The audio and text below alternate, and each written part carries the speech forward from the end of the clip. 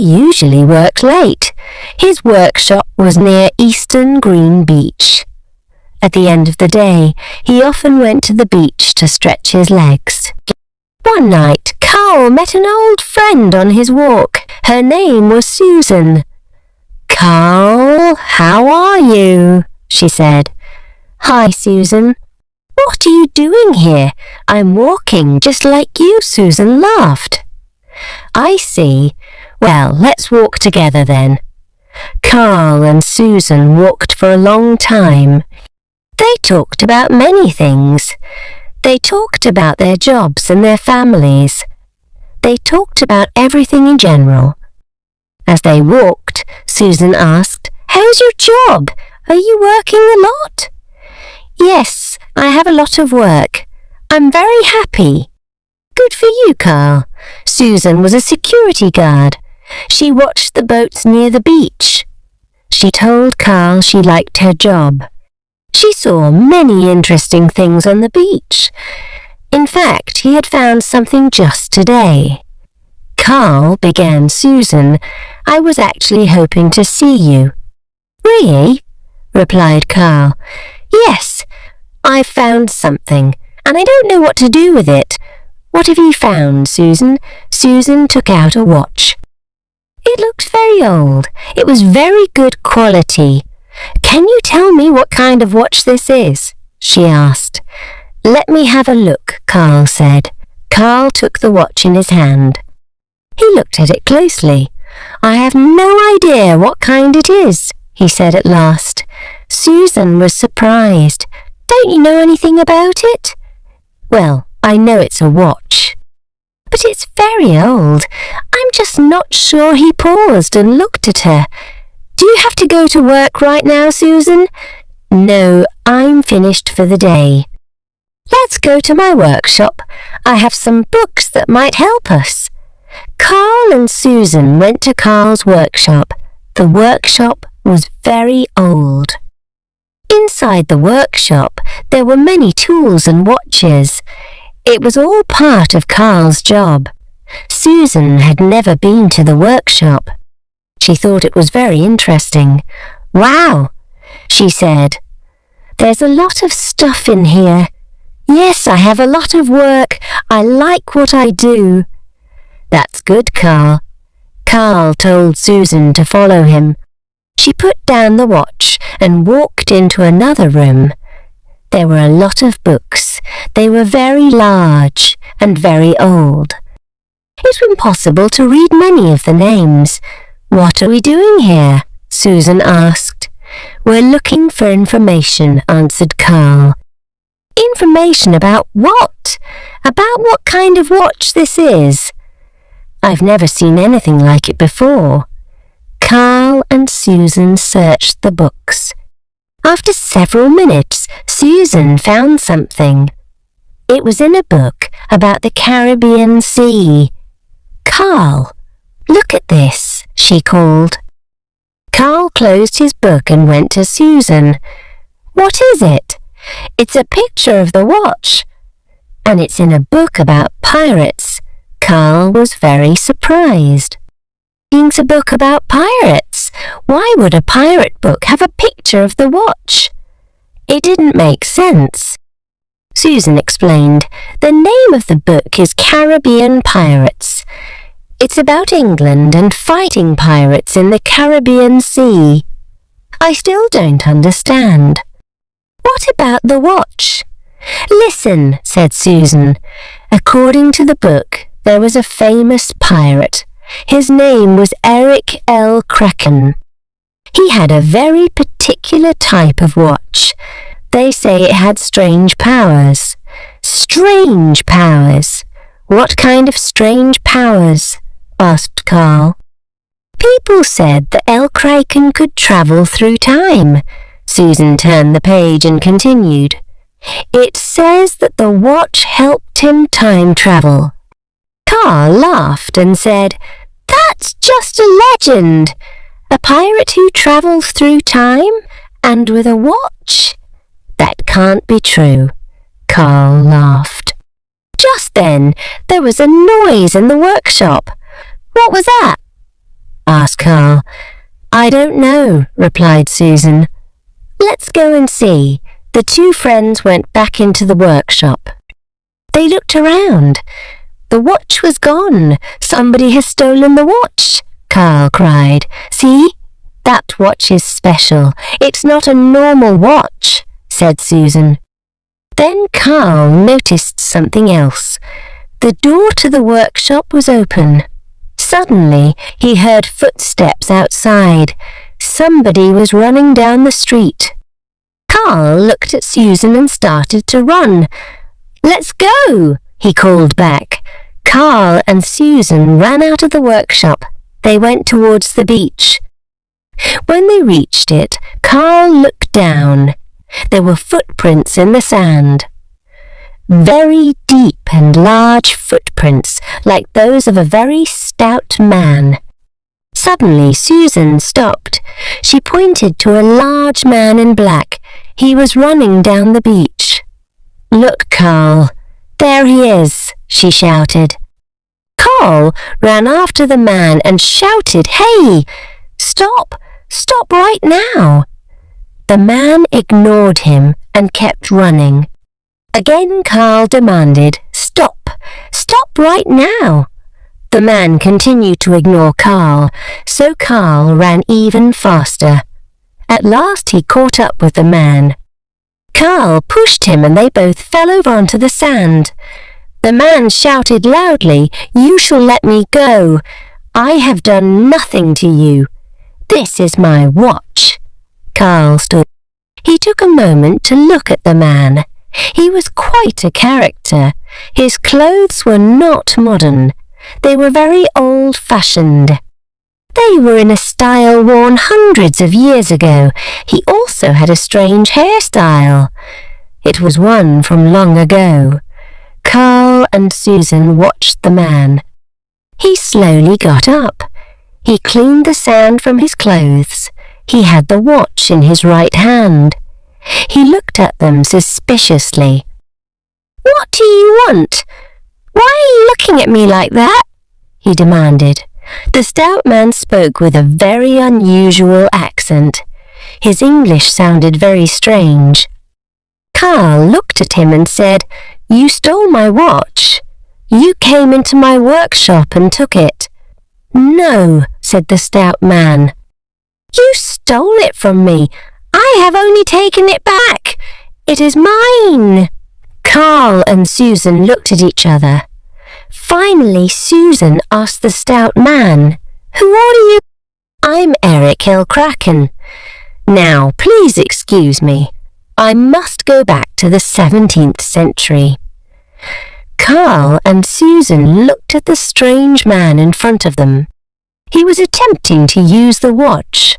Carl moved closer. The man looked like an old pirate. He wore old black clothes. Clothes like a pirate from the Caribbean.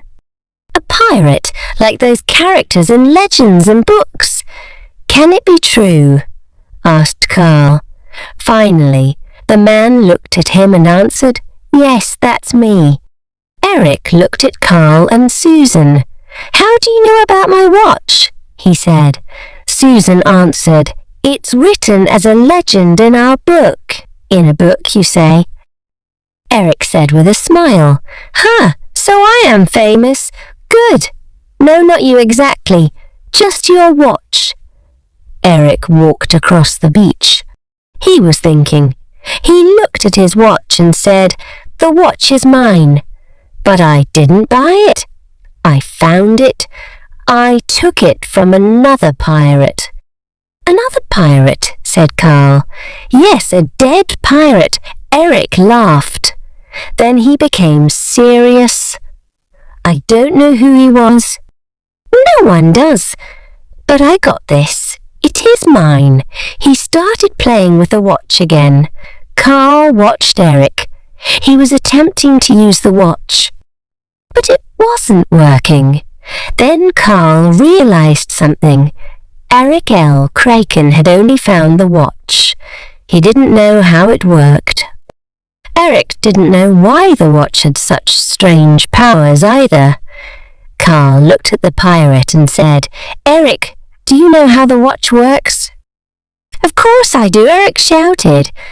Then he looked at Carl again. "All right," he said. "I don't know how it works. I think there are different factors involved. Sometimes I hold it in my hand and it takes me forward in time.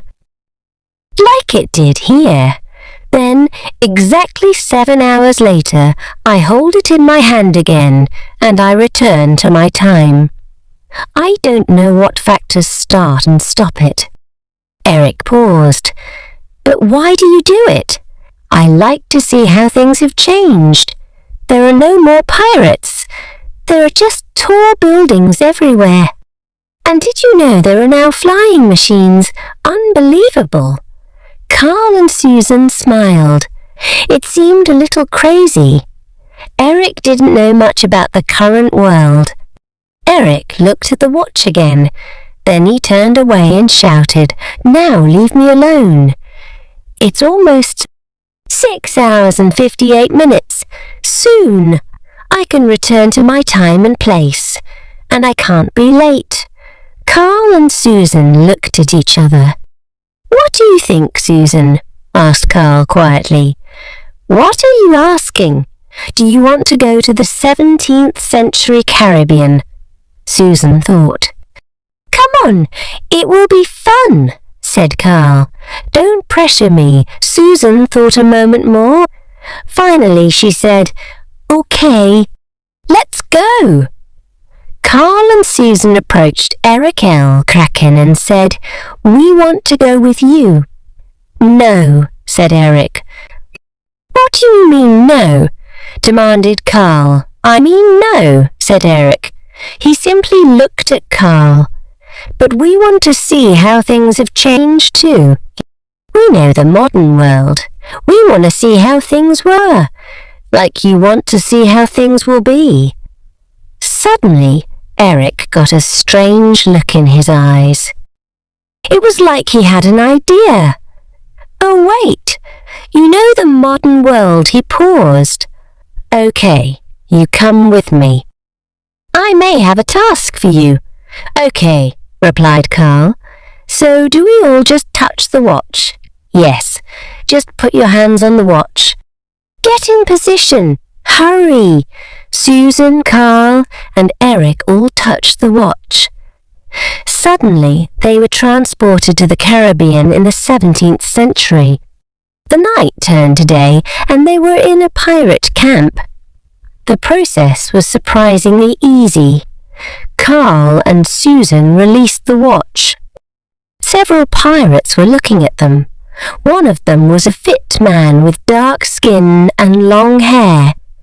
He approached Eric L. Kraken. "Good morning, Captain. You're finally back." Then he looked at Carl and Susan and added, "And you've brought guests." Eric smiled. "Yes, Frank, I did," he answered. Then he turned to the other pirates. "Listen up," he shouted. "These people here are..." Eric L. Kraken paused. He looked at his guests and asked, "What are your names?" "Carl and Susan," they answered. "That's right, men. These people are Carl and Susan." The pirates didn't pay much attention. Crazy things had often occurred due to the watch. "Yes, Carl and Susan," Eric continued with a strange smile. "And they are going to help us. They will help us win today." This got the attention of the men. The pirates shouted happily. "Win," said Carl. "Win what?" Eric turned to Carl and Susan. Then he turned back to his men. "You're going to help us win the battle, Carl, and us, Susan."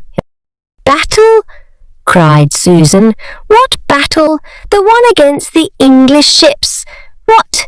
You didn't say anything about that," she replied. Eric L. Kraken simply ignored them. "Back to work," he called to his men. Then he and the pirate called Frank went to his tent. Carl and Susan were left alone. Carl and Susan stood and looked at the sea. It was filled with pirate ships. A moment later, Frank returned. "I'm sorry," he said. "What? Why are you sorry?" Susan asked. "Because Eric is crazy." Susan and Carl looked at each other. "Crazy?" asked Carl. "Crazy?" Frank paused and looked at them completely. "I see," replied Carl. "And why do you say that?" "Because he thinks he can use you, use us, to stop the English ships. The English know about the watch. Their aim is to get it at any price. They attack us every night. Eric must stop them. He claims you can help." There were battle noises far away. The first ships were under attack. The English were coming. "How does Kraken want us to help?" asked Carl. "He claims you two know what will happen. You live in the future?" No. We don't know what's going to happen. We don't know anything about this battle. We only know about the watch. And even that's just a legend." Frank looked down. "Eric will be disappointed. He will do anything to keep that watch. If you can't help him, he won't need you anymore." He gave them a serious look. Things might get ugly. Susan and Carl looked at each other in fear. What can we do?" asked Susan. "You have to steal the watch," explained Frank. "If the captain doesn't have the watch, there won't be a fight." "Okay, when?" "This afternoon there'll be an important battle. Captain L. Kraken is going to bring a lot of ships to the fight. You must take the watch from him. Then go back to your time and never return." Frank returned to Eric's tent. Carl and Susan sat on the beach. "What can we do?" "I'm just a watchmaker." "You're a security guard," said Carl. "How can we steal from a pirate?" Carl and Susan looked. They counted 10 pirate ships.